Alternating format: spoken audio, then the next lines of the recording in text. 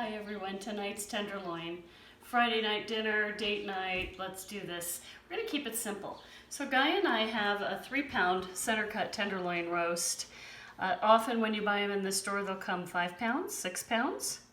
But we're just gonna show you this. Here's some herbs that we're gonna gather together. So what I have there is rosemary, marjoram or oregano, thyme, sage, the typical mix I like to do. So we'll just chop that all up. Okay, you're gonna try to get that pretty fine. So we'll cut all that. Let me show you this way so you can see what we're doing here. Okay. All right. Now, we're going to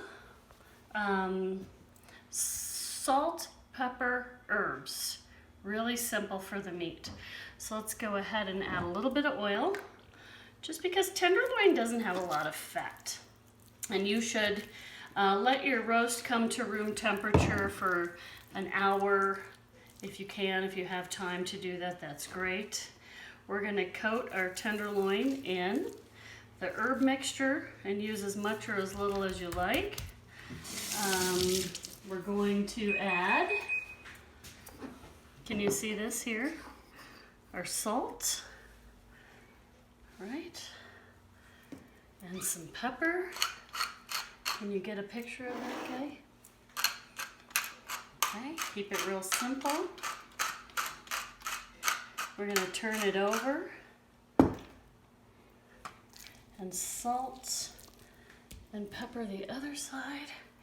And you can go heavy with that. This is a big piece of meat. Salt means flavor. Add more herbs. You can add more oil, whatever seems right to you. Rinse my hand. Add more pepper. Guy and I really like a lot of pepper.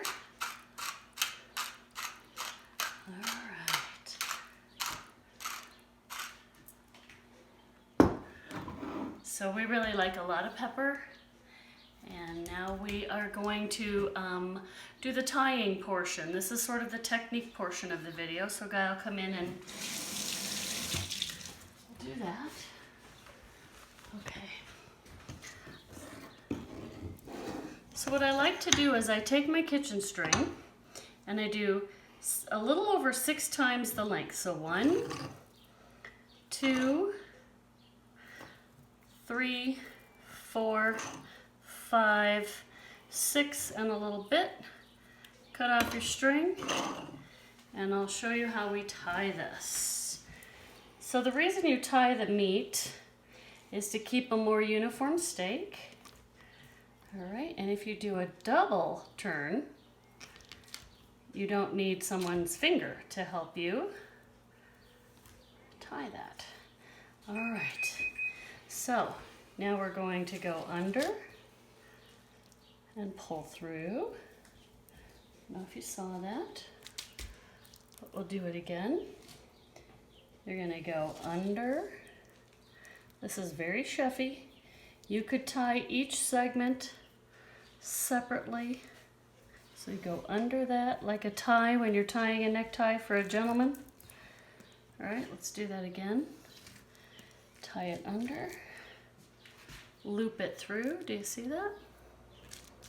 Okay, and then we may have cut short, but we'll see. I tuck under, tuck under, tuck under, once more, and then notice your tail here from the top. You're going to tie these two together.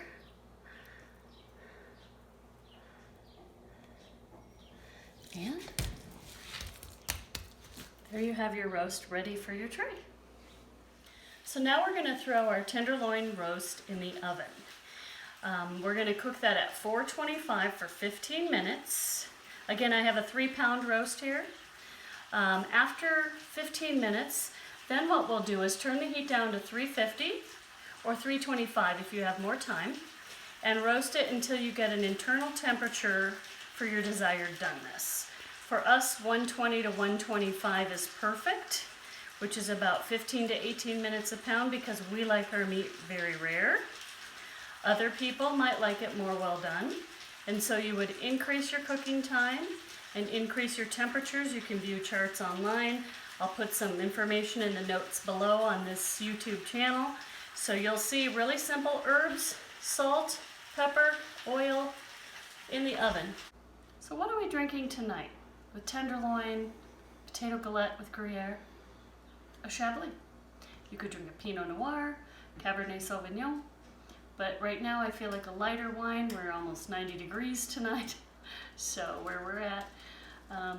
We're also going to try to grill that frozen asparagus that Guy blanched. So we'll see how that goes too. One of the key tools you need to have in your kitchen are meat thermometers. So I have a very simple normal meat thermometer that's about $12 to $15. And then I have a more expensive version, but you don't need to invest in this. This just has a faster readout. And so either way, I'm going to show you, we're going to take a temp right now on our roast. So let's give it a look and see how we're doing.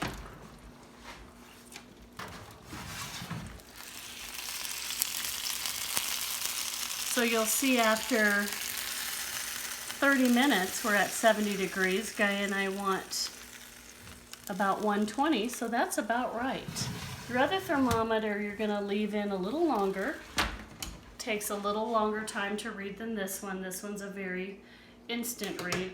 But again, your very normal, run-of-the-mill thermometer, you can see the readout, works very well.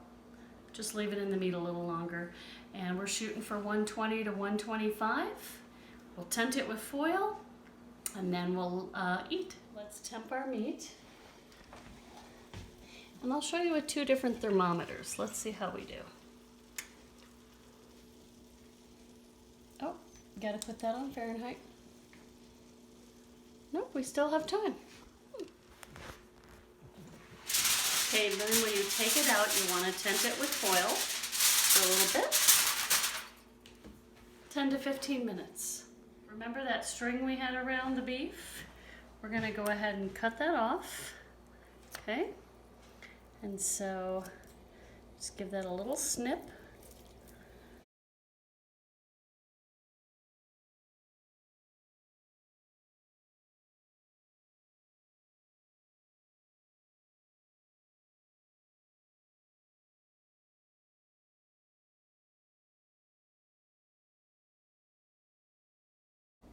One of the most important tools in the kitchen is a really good bread knife.